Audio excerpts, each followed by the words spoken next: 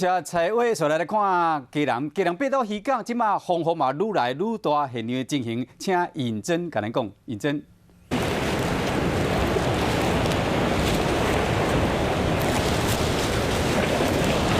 观众一起来带您关心台风的最新动态。那么现在记者所在位置就在基隆的八斗子渔港这边，那可以看到呢，现在现场海况其实是还算平静的，不过不时还是有阵阵的浪花拍打上岸，或是拍打到了消波块的上面。那么最大的浪高大约来到3、4米这么高，一片片的白浪往消波块上来打，画面看起来是非常的触目惊心。而除了浪花之外，其实现场风势也是蛮大的，阵阵的强风配上一波波不定时的雨势，天气状况其实是非常的不稳定。那么另外我们也可以看到呢，渔港这边是已经停靠了非常多的渔船还有小艇，他们都是用绳索牢牢的绑住，把船只系在岸边。那么海上是没有看到任何的船只在行驶。不过虽然海面上是没有任何的船只，但是现场却还是有不少的钓客，大约有5、6名这么多，他们都是不畏风雨的来到渔港这边海钓，看起来是非常的惬意轻松。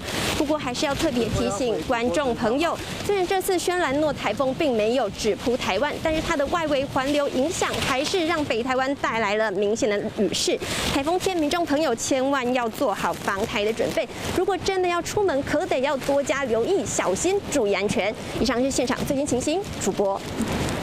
Hello， 大家好，我是乃瑜，要教给大家2个任务。第一个，华视新闻的脸书专页，你按赞了吗？还有华视新闻的 YouTube 频道，赶紧订阅起来，还要记得按赞，开启小铃铛哦。